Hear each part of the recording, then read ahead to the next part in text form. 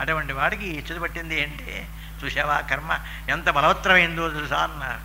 అవును స్వామి, నేను కూడా అందుకే బాధపడుతున్నాను. ఏం జరుగుతుందా సాధ్యమైనంత వరకు ఎలాగైనా పాపం మహానుభావుడు మళ్ళీ తిరిగి అయోధ్యకు చేరుతాడు అనే ఆశతోనే ఉన్నాను తప్ప ఆశ మాత్రం లేకుండా ఏమీ లేవు మహాప్రభో. ఆశతోనే జీవిస్తున్నాం, ఆశతోనే బతుకుతున్నాం. ఈ రామచంద్రమూర్తి మళ్ళీ వస్తారు, మన అయోధ్యానగరంలో తప్పక పరిపాలిస్తారు. అయోధ్యానగరంలో తిరిగి ఉంటారు. ఈ భవనములన్నీ మళ్ళీ మహానుభావుడు అలా పరిపాలిస్తాడు అని అనుకుంటున్నాను తప్ప ఏమో ఏది సత్యమో ఏది అసత్యమో తెలియదు మహాప్రభు. అయినా ఉత్తరక్షణంలో కేవలం ఆ మందోదరినే ఆ మహానుభావురాలు కైకమ్మ అన్ని మాటలు మాట్లాడింది. ఆవిడికి ఆనాడు వరములిచ్చాడు అనుకున్నామా? ఏమిటో ఉత్తరక్షణంలో జరగదు మనకు తెలియదు. పట్టాభిషేకం అనుకుంటూనే ఉన్నారు. ఆ అనుకుంటున్న సమయంలో ఆవిడికి ఏదో ఆనాడు వరములిచ్చావు అంటూ ఆ మహాతల్లి బయలుదేరింది. ఆ వరములకు కట్టుబడి ప్రభువుగారు ఏమీ చేయలేక సత్యవాక్ పరిపాలకుడు కోసమని సత్య కోసం అలా ఆగిపోయినాడు కనుక మహాప్రభు ఏం జరుగుతుందో మనం చెప్పలేము రా నాయన అంటున్నాడు ఈయన. అలా వారు వేరు సంభాషణ చేసుకుంటున్నారు. ఆయనకి తోచిన మాటలు ఆయన చెబుతున్నాడు, ఈయనకి తోచిన మాటలు ఈయన చెబుతున్నాడు. ఇద్దరు అలా మాట్లాడుకుంటూనే ఉన్నారు. రామచంద్రమూర్తి సుమంత్రాన్ని కేకవేశారు. ఇంకా తెల్లవారులేదు మహాప్రభు. సుమంత్రాన్ని కేకవేశారు. ఏం ప్రభు అన్నాడు. సుమంతుడు అక్కడే ఉన్నాడు కదా. ఏమిటి ప్రభు అన్నాడు. రథం ఆయత్తం చేయించవయ్యా అన్నాడు. దేవుడండి తెల్లవారులేదండి, రథం ఆయత్తం చేయించడం ఏమిటన్నాడు. అవునా చెప్పవయ్యా, రథం ఆయత్తం చేయించవయ్యా అన్నాడు. నేను చెప్పానుగా రథం ఆయత్తం చేయించమన్నాడు. సరే వెంటనే రథాన్ని కట్టేశాడు, ఆయత్తం చేసేసాడు. వెంటనే సీతారామలక్ష్మణులు ఎక్కేశారు రథం మీద. ఆ రథం బయలుదేరి అయోధ్యానగరానికి వెడుతున్నట్లుగా కొంత దూరం అలా తిరిగి వెళ్ళి కొంత దూరం వెళ్ళగానే మళ్ళీ అలా తిప్పేశాడు. అరణ్యాలకు తిప్పేయమన్నాడు. అలా తిప్పేశారు. ఓ ధర్మ సందేహం వచ్చింది. ఏం స్వామి ఎందుకు చేశామండి ఈ పని? దీనికి కూడా ఏదైనా కారణం ఉందా అని. మహానుభావులు అయా నాయన నా కోసమని ప్రజలంతా వచ్చారే, వాళ్ళ భార్యలంతా ఇంటి దగ్గర ఉన్నారే బిడ్డలును, వాళ్ళ గతి ఏం కావాలి? వాళ్ళకి నేనేం చేసినట్లు అన్నాడు ఆయన. వాళ్ళకి నేనేం చేసినట్లయ్యా? కేవలం వాళ్ళకి దూరం చేశానా? దూరం చేసి మహానుభావులను మనం పోషించడానికి మనమే అరణ్యవాసం చేస్తుంటే వాళ్ళనేం పోషిస్తాం మనం? వాళ్ళని పోషించడం మనం ఏం చేయలేం కదా. ఇప్పుడు చేయనప్పుడు వాళ్ళకి మాత్రం ఏమీ లేకుండా గత్యంతరం లేకుండా వాళ్ళని మాత్రం శుష్కింపజేసి ఇలా బాధపెట్టడం తప్పు కదా. మరి ఆ కారణం చేత ఏమైనా సరే కాసేపు మనం అలా మార్గం రథం అలా తిరిగింది కనుక అయోధ్య వైపుకి వెళ్ళినట్టుగా చూపించారు. కొంత దూరం వెళ్ళినట్టు అంత దూరం వెళ్ళిపోతారు. వెనక్కి వెళ్ళినా సరే ఇంటికి వచ్చేసాం కదా, రాముడు కనపడలేదురా అనుకుంటారు. సరాసరి వాళ్ళ అయోధ్యకు చేరిపోతారు. ఆ కారణం చేత అక్కడ ధర్మశాస్త్రం చెప్పారు. అలా తెలుసా, డాక్టర్ గారు అయ్యండి కూడా, డాక్టర్ గారు ఎప్పుడో కూడా ఏదో కొన్ని మాటలు చెబుతూ కానీ వీడికి వైద్యం మాత్రం చేస్తూనే ఉంటాడు. ఆయన కొన్ని మాటలు మాత్రమే మంచిగా చెబుతూ ఉంటాడు. వీడు కాదనుకుంటాడు అమాంతంగా చేయనిప్పుడా అంటే గబకి తిప్పేస్తాడు. వాడు అయితే మడకాయనప్పంటే ఇలా తిప్పేస్తాడు.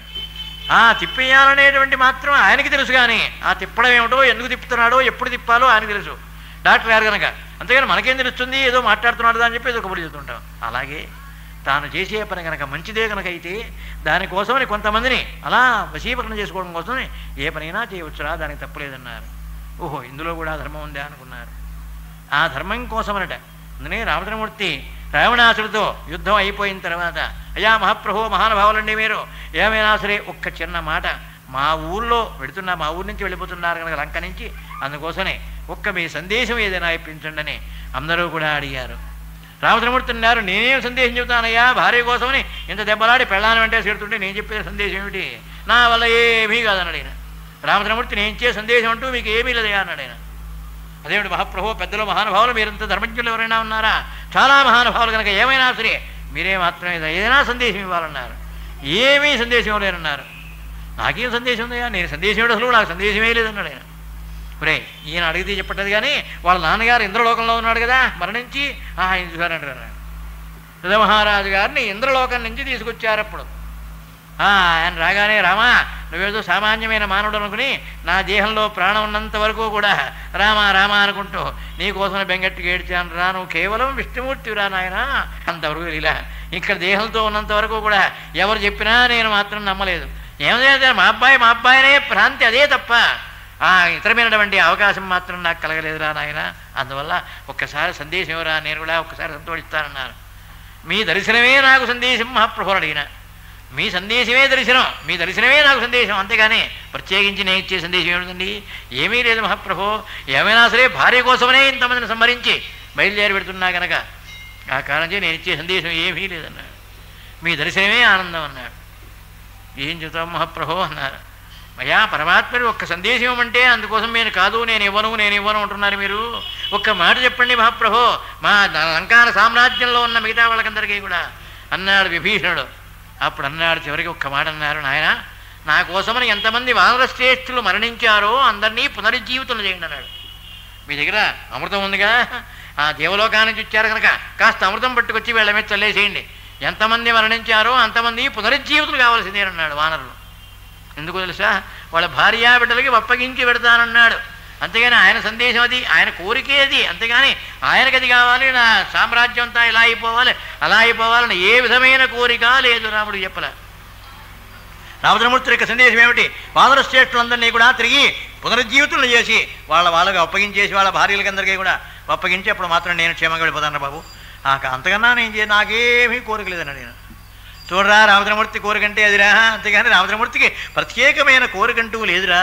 రాముడికి కోరిక ఇది తినాలని కానీ, ఇది ఇక్కడ ఉండాలని కానీ, ఇది కట్టుకోవాలని కానీ ఏ విధమైన కోరికలు రాముడికి లేవు.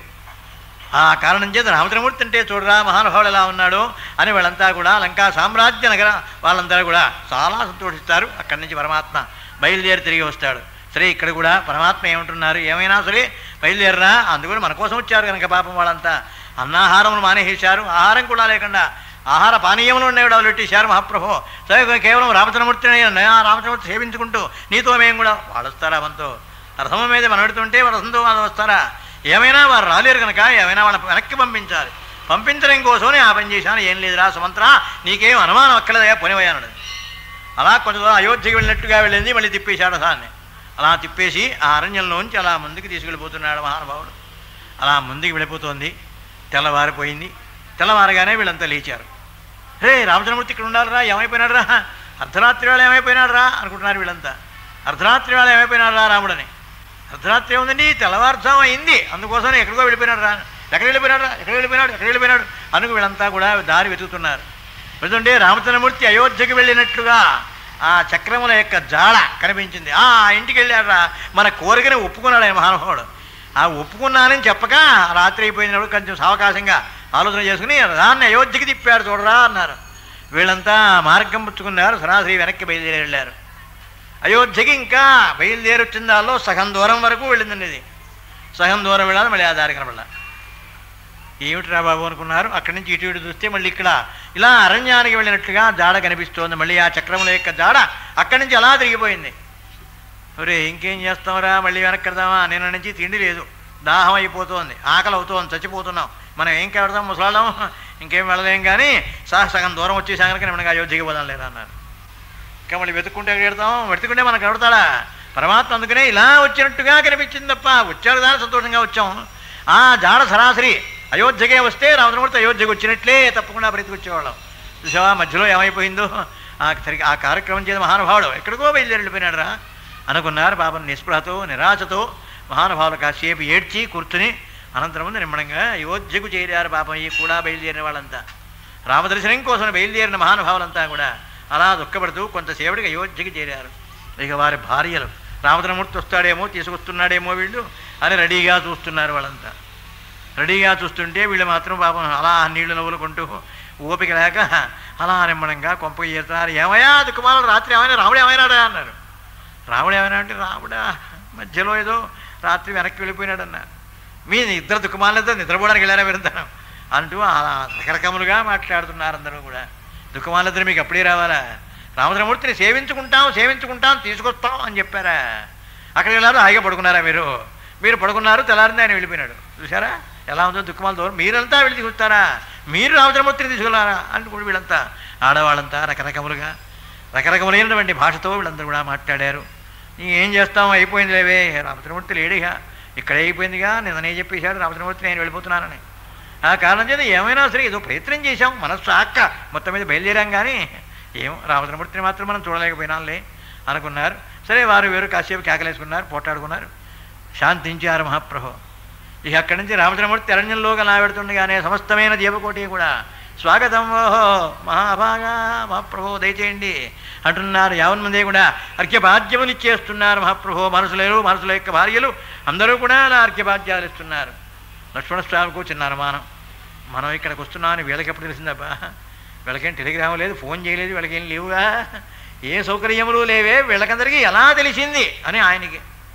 ఆ కాదు రామచంద్రమూర్తిని సేవించుకోవడం కోసం వీళ్ళంతా రెడీగా వచ్చేశారా. వేదశ్రుతి అనేటువంటి నదిని దాటడం కోసమని ప్రయత్నం చేశారు. వేదశ్రుతి అనేటువంటి నదిని కూడా దాటారు పరమాత్మ. ఆ నది దగ్గర సీతామాత ఒక పర్యాడం చక్కగా పూజ చేసి ఉన్నారట మహాతల్లి. మేము తిరిగి క్షేమంగా అయోధ్యకు చేరేట్లుగా చేయండమ్మా, తిరిగి క్షేమంగా మేమంతా కూడా అయోధ్యకి రావాలని మీరంతా కూడా ఆశీర్వదం చేయండి అని ఆ నదికి స్నానం చేసుకుని మహాతల్లి పవిత్రతగా పూజ చేసుకుని అనంతరం ముందు ప్రసాదం తీసుకుని అక్కడి నుంచి ముందుకు బయలుదేరారు. ఎక్కడికి? అగస్త్య మహర్షి గారి ఆశ్రమానికి అలా ఉంటుంది, దక్షిణ భాగంలో ఎక్కడో ఉన్నది. ఆ వైపుగా తిరిగి రామచంద్రమూర్తి ప్రయాణం చేస్తున్నాడు. అగస్త్యాశ్రమానికి వెళ్ళలేదు. ఇప్పుడు అగస్త్యాశ్రమానికి ఎదురకుండా అగస్త్యాశ్రమం కలిసి అలా బయలుదేరి పరమాత్మ ముందుకెడుతున్నారట. అగస్త్యుని యొక్క ఆశ్రమం అంటే ఓ చిన్న ధర్మం. క్రియాసిద్ధి సత్తే భవతి మహతాం నోపకరణే. మొన్న ఒక శ్లోకం చదివాను, అట్టే పెట్టాను దాని మిగతావి. ఎక్కడ? ఆ వీడి దగ్గర మన్మధుడు మరణించినటువంటి చోటు ఇది అని విశ్వామిత్ర మహర్షి గారు బాలకాండలో చూపించాడే, ఆ మన్మధుడి మీద ఒక శ్లోకం చదివాను. క్రియాసిద్ధి సత్తే భవతి మహతాం నోపకరణే. మహానుభావులకు ఉపకరణములు లేకుండానే క్రియాసిద్ధి సత్వే భవతి. వారి యొక్క సత్వగుణాన్ని బట్టి, వారి యొక్క ధర్మాన్ని బట్టి అనుకున్న పని మాత్రం జరిగి తీరుతుంది అని ఆ పదానికి అర్థం. క్రియాసిద్ధి సత్వే భవతి మహతాం నోపకరణే. ఉపకరణములు అవసరం లేదు. తగినటువంటి అలా చేశారా చేయాలా అక్కర్లేదు. వారికి మాత్రం సంకల్పం మాత్రం చేతనే వారి పని అయిపోతుంది, సంకల్పంతోనే వారి పని అవుతుంది. నేను ధర్మశాస్త్రం ఉంది కనుక. ఈ ధర్మశాస్త్రం ఎక్కడ పుట్టింది? ఒకానొక రోజున ప్రభుగారు అలా కోటలోంచి బయటకు వస్తున్నారట. ఒక బ్రాహ్మణ కుటుంబం, అంటే ఆయన భార్య, కొడుకు, కోడలు, నలుగురు. ఈ నలుగురు కూడా ఒక్కసారి అలా ముందుగా వచ్చేశారు. రథానికి అడ్డొచ్చేశారు. వెంటనే రథం వారికి తగులుతుందేమో, ఎక్కుతుందేమో అని ప్రభుగారు ఆప చేసుకున్నాడు. గుర్రం మీదే కూర్చున్నాడు, ఆయన దిగలేదు కిందకి. క్రియాసిద్ధి సత్వే భవతి మహతాం నోపకరణే అన్నాడు. క్రియాసిద్ధి సత్వే భవతి మహతాం నోపకరణే. దాన్నే మీ నలుగురు కూడా పూరించవలే, నలుగురు అదే వచ్చేట్టుగా పూరించాలన్నాడు. ఓహో, నలుగురు అదే పూరించాలా? ఘటో జన్మస్థానం మొదలుపెట్టాడు పాపం గురువుగారు. అంటే అన్నగారు తండ్రి గారు ఉన్నాడే, ఆ తండ్రి గారు ప్రారంభించాడు. ఆ తర్వాత తల్లి, ఆ తర్వాత కొడుకు, తర్వాత కోడలు. కోడల దగ్గర వచ్చేవాడికి మన్మధుడి మీద చెబుతారు కోడలు. ఆ కారణం చేత ఈయన మాత్రం ఘటో జన్మస్థానం మృగపరిజనో భూర్జవసన వనే వాసకందాదికమచనమేవం విధగుణ అగత్య పాదోధిం యథకృతకరాంభోజకుహరే. ఘటో జన్మస్థానం. సమస్తమైన ఘటములో కూడా నీళ్లు ఎంత పడతాయో అంతా తీసుకుంటూనే ఉంటాయి. కానీ అందులోనే పుట్టాడు మహానుభావుడు. పుట్టిన చోటే కుండ, కుండలో పుట్టాడు అగస్త్యుడు. ఘటో జన్మస్థానం మృగపరిజన. ఇక చూడా ఉన్న వాళ్ళంతా పరిజనమా, పరివారమా? సమస్తమైన లేళ్ళు, దుప్పులు ఇవే పరిజనం, పరివారం. ఘటో జన్మస్థానం మృగపరిజన భూర్జవసన. భూర్జపట్ల చర్మములు ఉంటాయే, ఆ చెట్టువి, ఆ చర్మములే కట్టుకునే బట్టలు. వనేవాస. పోనీ ఏమైనా పట్టణంలో ఉన్నాడా? పట్టణంలో లేడు, అరణ్యంలో ఉంటున్నాడు. కందాదికమశనం. తినేవన్నీ కూడా కేవలం కందమూలాలు తిన్నాడే అటువంటి మహానుభావుడు. సముద్రమంతా కూడా ఒక్కసారి కేశవాడ స్వాహారణతే, నీళ్లు లేకుండా పోయింది. అది మహానుభావుడు. క్రియాసిద్ధి సత్తే భవతి మహతాం నోపకరణే. మహానుభావులకి వారి యొక్క జన్మస్థానం అక్కర్లేదు, పరివారం అక్కర్లేదు, సేవ అక్కర్లేదు, విద్య అక్కర్లేదు, ఏమీ అక్కర్లేదు. వారికి వారు అనుకున్న పని మాత్రం జరిగి తీరుతుంది సత్వగుణం చేత. ఆ సత్వగుణ మహానుభావుడు ఈయనరా అని మహానుభావుడి మీద, అగస్త్యుడి మీద ఒక శ్లోకం చెప్పారు. ఇక అనంతరం భార్య వంతు వచ్చింది. ఏమమ్మా నువ్వు చెప్పమన్నాడు. అయ్యా జ్ఞాపకం చేసి ఉన్నారు ఆవిడ. అయ్యా చెప్పేస్తానన్నారు. ఎందుకని? రథస్కైకం చక్రం భుజగణమిదా సప్తతురగా. భుజస్కైకం చక్రం, రథస్కైకం చక్రం. రథమనకు ఒకటే చక్రం, నడిచేదా లాగేదా 7 గుర్రములు. రథస్కైకం చక్రం భుజగణమిత సప్తతురగా. అనంతరమందున శారదా చరణ వికల సారథిరపి. కాళ్ళు చేతులు లేనివాడు అనూరుడే దీనికి సారథి. అటువంటి మహానుభావుడు నాడే సూర్యభగవానుడు అయినప్పటికీ కూడా రవిర్యాత్యేకాంతం ప్రతిదినమపారస్య నభస. ఈ అంతులేని ఆకాశమునకు చివరికి వస్తూనే ఉన్నాడు, మళ్ళీ తిరుగుతూనే ఉన్నాడు, మళ్ళీ వస్తూనే ఉన్నాడు. రథస్కైకం చక్రం భుజగ నమిత సప్తతురగా. అనంతరమందున ఈ సారథి కూడా కాళ్ళు చేతులు లేనివాడు. ప్రవిర్యాత్యేవాంతం ప్రతిదినమపారస్య నభసః క్రియాసిద్ధి సత్వే భవతి మాతాన్నోపకరణే. ఆ మహాతల్లి పాపం ఆ సూర్యభగవానుల మీద పూర్తి చేసుకొచ్చారు. ధ్యానంతరం కొడుకు వంతు వచ్చింది. కొడుకు రామచంద్రమూర్తిని జ్ఞాపకం చేసుకున్నాడు. ఆ రామచంద్రమూర్తి మాత్రమే వనే వాసః కందాదికమశనమేవం విధగుణ స్వయం చేయవో. ఆ మహానుభావుడు ఉన్నాడే రామచంద్రమూర్తి, ఆయన కేవలం సామాన్యమైనటువంటి మానవుడా. ఆ పదం గుర్తురాలేదు మహాప్రభు. సామాన్యమైనటువంటి మానవుడా. జయించవలసిందా రావణాసురుణ్ణా? దాటవలసింది, ప్రయాణం చేయవలసింది సముద్రమా? ఆయనకి ఉన్న పరివారమా? కేవలం వానర శ్రేష్ఠులా? అంతకన్నా గొప్పవాళ్ళు ఎవరూ లేరు మహాప్రభు. విజేతవ్యా లంక చరణ తరణీయో జలనిధి. జ్ఞాపకం వచ్చేసిందండి. విజేతవ్యా లంక, జయించవలసింది లంకా సామ్రాజ్యమును జయించాలి. చరణ తరణీయో జలనిధి, సముద్రమును కాళ్ళతో నడిచి దాటాలి. ఏమండి సాధ్యమా? స్వయా మహానుభావుడు కేవలం మర్త్యుడు, మానవుడు వెళ్ళిచ్చినవాడు. ఆ మహానుభావుడికి ఉన్నటువంటి వాళ్ళంతా కేవలం వానర శ్రేష్ఠులు. అయినప్పటికీ కూడా మహానుభావుడు ఆ పరమాత్మ రావణ సంహారం చేశారు. సముద్రం దాటి వెళ్ళి లంకా సామ్రాజ్యంలో లంకను జయించి ఆ మహానుభావుడు అంత పనిచేశారు. అంటే క్రియాసిద్ధిస్తత్తే భవతి మహతాంనోపకరణే. మహానుభావులకి ఉపకరణం లేకుండానే అన్ని పనులు కూడా పూర్తయిపోతాయి. ఇక కోడల వంతు. తనుఃపౌష్పం మౌర్వి మధుకర మరీచంచల దృశాంకోణో బాణ. ఆడవారి యొక్క క్రీగంటి చూపనేదే బాణం. ఆ క్రీగంటి చూపనే బాణాన్ని ప్రయోగిస్తాడు పాపం మన్మధుడు. ధనుఃపౌష్పం, ఈయన యొక్క ధనస్సు ఏమిటి అంటే ఒక పువ్వు. ధనుఃపౌష్పం మౌర్వి మధుకరమయి. ఇక ధనస్సు ఏమిటి అంటే ఓ తుమ్మిద. ధనుఃపౌష్పం మౌర్వి మధుకరమణి చంచల దృశాం కోణో బాణ. ఈయనకి స్నేహితుడా హిమవంతుడు. వాడికి అసలు నోరు వాక్కు లేదటువంటి వాడు స్నేహితుడు ఆయనకి. స్వయం చేయకోనంగా పోనీ వీడికి ఏమన్నా అంత పని చేశాడు ఇంత పని చేశాడని చెప్పుకోవడానికి వీడికి శరీరమే లేదు. ఆనాడు పరమేశ్వరుని యొక్క దృష్టిలో పడి కాలిపోయినాడు వీడు. ఆ కారణం చేతి వీడికి స్వయం చేయకోనంగా సహజంగా వాడు మన్మధుడు కనుక అయినప్పటికీ వాడికి అవయవమే లేదు, శరీరమే లేదు, ఏమీ లేవు. అయినప్పటికీ స్వయం సకల భువనం వ్యాకులయతి, సమస్తమైనటువంటి సృష్టిని కూడా అలా వ్యాకుల పెడుతున్నాడే, సమస్త జీవకోటిని కూడా. ఆ మహానుభావుడు క్రియాసిద్ధి సత్తే హోతి మహతాన్నోపకరణే చెప్పింది కోడలు. ఈ 4 శ్లోకాలు కూడా కేవలం మహానుభావులు చెప్తారు వీటిని. ఆ కారణం చేత ఆ మహానుభావుడు అగస్త్య మహర్షి యొక్క ఆశ్రమానికి ఎదురకుండా బయలుదేరుతూ అలా పెడుతున్నాడు. అనంతరం ముందు మరొక్క నది కనిపించింది. ఆ నదిని కూడా దాటారు పరమాత్మ రామచంద్రమూర్తి. అనంతరం ముందు మళ్ళీ బయలుదేరుతున్నారు అక్కడి నుంచి. స్వామి ఇక్కడ విశ్రాంతి తీసుకుందాం ఈవేళ అన్నాడు మహానుభావుడు లక్ష్మణస్వామి వారు. సుమంత్రుడు కూడా ఇక్కడ కొంచెం విశ్రాంతి తీసుకుంటే తర్వాత మనం బయలుదేరవచ్చు కదా అన్నారు. అక్కడే విశ్రాంతి తీసుకున్నారు. అందుకోసమని చక్కని ఆకులతో పర్ణశాలను ఏర్పాటు చేశారు పరమాత్మ. అనంతరం ముందు ఆ రోజున అక్కడే మకాన్ చేశారు. ఆ సమస్తమైనటువంటి విషయములను జాగ్రత్తగా చూస్తున్నారు. ఇవన్నీ కూడా చూసావా నాయన, ప్రకృతి యొక్క సౌందర్యం ఎలా ఉందో అన్నారు. లక్ష్మణ చూసావా ప్రకృతి యొక్క సౌందర్యం? ప్రతివాడు కూడా సౌందర్యమును చూసి సంతోషించవలసిందే తప్ప ఆ సౌందర్యం నాకు కావాలని మాత్రం పుచ్చుకునే అధికారం ఎవరికీ లేదు చెప్పాడు మహాప్రభు ధర్మశాస్త్రం. ఈ సృష్టిలో మహత్తరమైనటువంటి భాగ్యమే సౌందర్యం. ఈ సృష్టిలో పరమాత్మ యొక్క అనుగ్రహమే సౌందర్యం. ఈ సౌందర్యమును గురించి ఆ వృక్షంలో కనిపించవచ్చు, లేక పుష్పంలో కనిపించవచ్చు, ఇతరమైన చోట్ల ఎక్కడైనా కనిపించవచ్చు. ఆ కనిపించినటువంటి సౌందర్యమును చూసి ఆహా పరమాత్మ యొక్క సృష్టి ఇలా ఉంది కదా, ఆహా ఎంత బాగుందిరా ఆ సృష్టి అని దాని గురించి ఆనందించవలసిందే తప్ప ఇది నాకు కావాలని మాత్రం కోసుకునే అధికారం లేదు. అలాగే పువ్వులు కూడా భగవంతుడికే కొయ్యవల తప్ప నీవు మాత్రం కోసుకుని ప్రత్యేకించి తల్లో పెట్టుకోవడానికి వీల్లేదండి, ఒప్పుకోదు ధర్మం. కాంచతో కనుక నా తల్లో పెట్టుకుంటాను అని కోసుకుని పెట్టుకున్నాడా ఆ పాపం 7 పేరే రాస్తారు పూర్తిగా. అవి భగవంతుడికి అర్పించి భగవంతుని యొక్క ఆ జీర్ణమైనటువంటి వాటిని తీసుకుని అవి కనుక శిరస్సు మీద పెట్టుకుంటే ఈవిడికి మాత్రం అది పేరు రాదు, ఆ పాపం మాత్రం వీడి పేరు రాదు, కొట్టేస్తారు.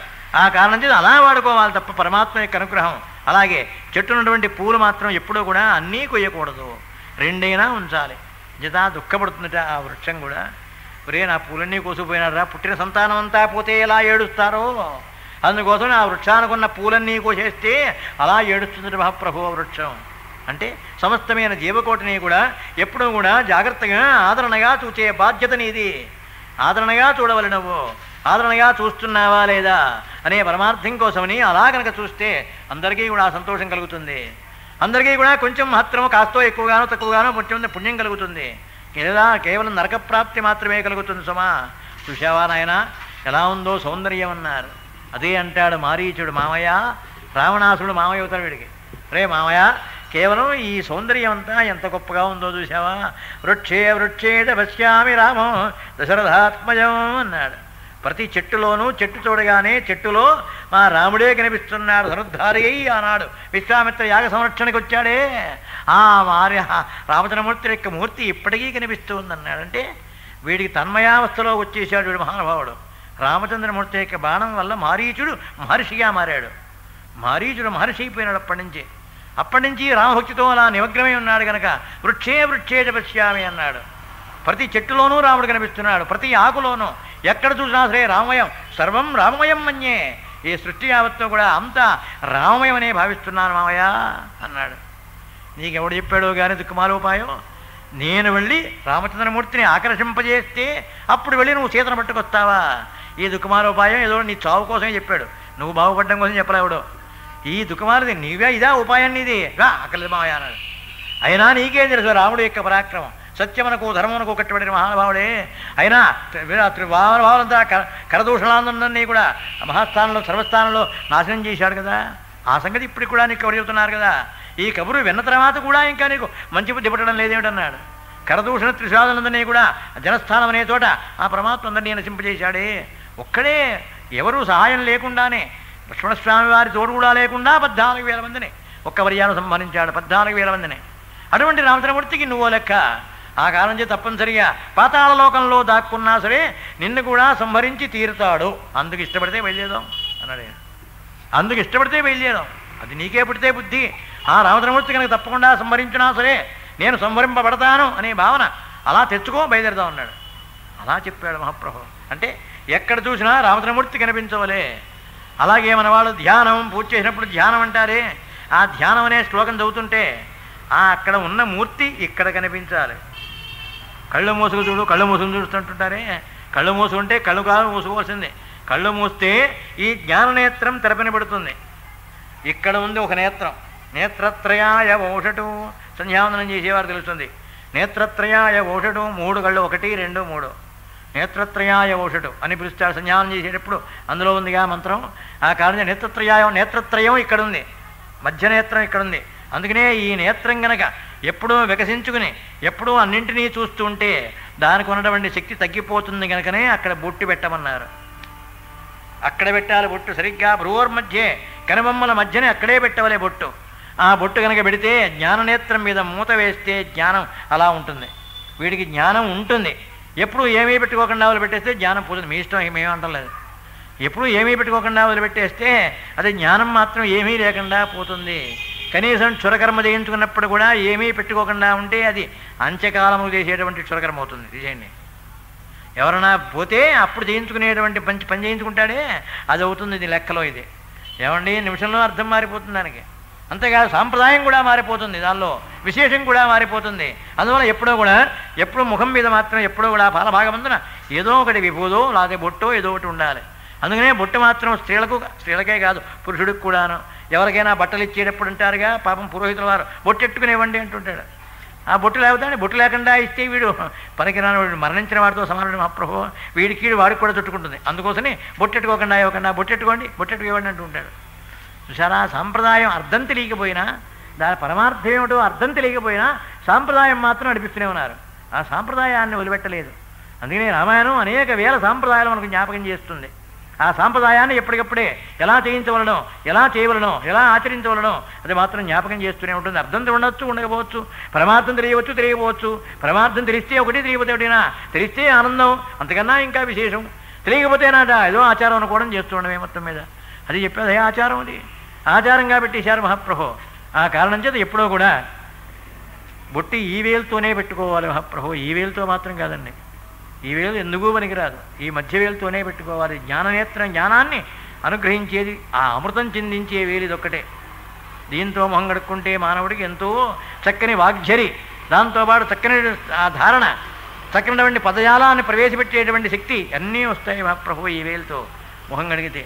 సరే, ఇప్పుడు వేలే మానేశారు, బ్రష్ ఎట్టి కొట్టేస్తున్నారు, నమస్కారం వదిలేసేద్దాం.